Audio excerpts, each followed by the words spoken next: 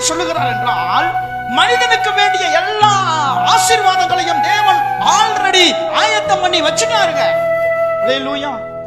சிலுவையில அவர் எல்லாவற்றையும் செய்து முடித்தார்.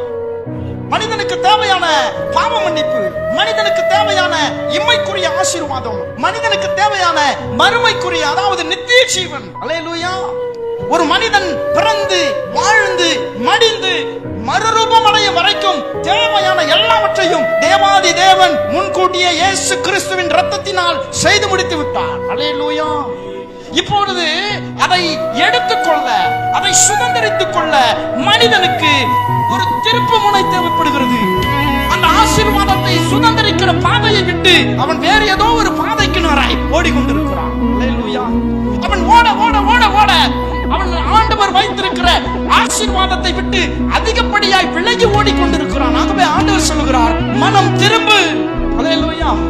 உனக்கு வேண்டிய ஆசீர்வாதங்கள் எல்லாம் நீ ஓடுகிறபடி, நீ நடக்கிறபடி, உன் விருப்பப்படி வாழ்கிற வாழ்க்கையில் அல்ல, மாறாக வேதாகமத்தில் இருக்கிறது. அல்லேலூயா. நான் எழுதி கொடுத்த சத்தியத்தின்படி இருக்கிறது. நீ மனம் திரும்பு. ஏன்னா மனம் திரும்பினால்தான் மாற்றம் உண்டாகும். ஆண்டவர் ஏன் மனம் திரும்புதலை எதிர்பார்க்கிறார் என்றால்,